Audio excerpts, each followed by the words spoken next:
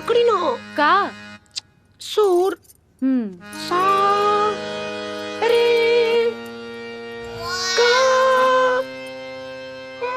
मा। हाथ हटावा। का भइल?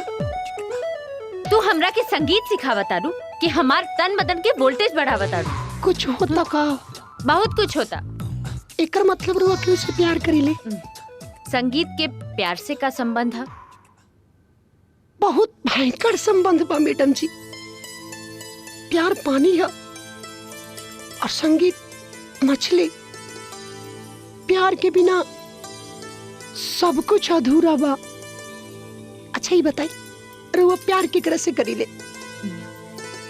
रहे एगो मुसाफिर जेकरा के देख के लागे कि पूरा दुनिया हमार आंख में समा गई बा।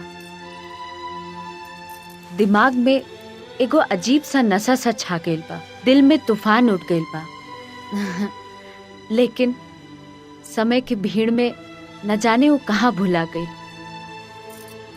पता ना फिर वो कबो मिली कि ना मिली। अगर मिल जाओ तो का करब रुआ? ये हम तरह के काहे बताई, हम उनके बताई। तो समझे कि मिल गई। मिलेला तैयार हो जाई।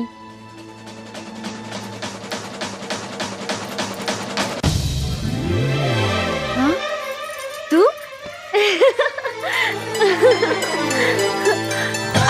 कुछ गड़ा था? का गड़ता?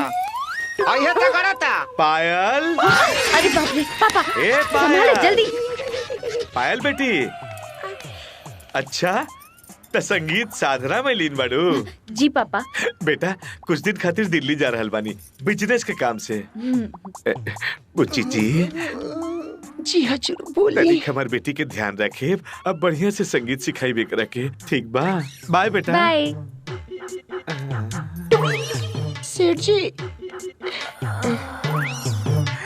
हाईली रास्ता में नाश्ता कर ले, तनी कार्बाइड ज्यादा हो गइल, पाक गइल होई। जी बुच्ची जी।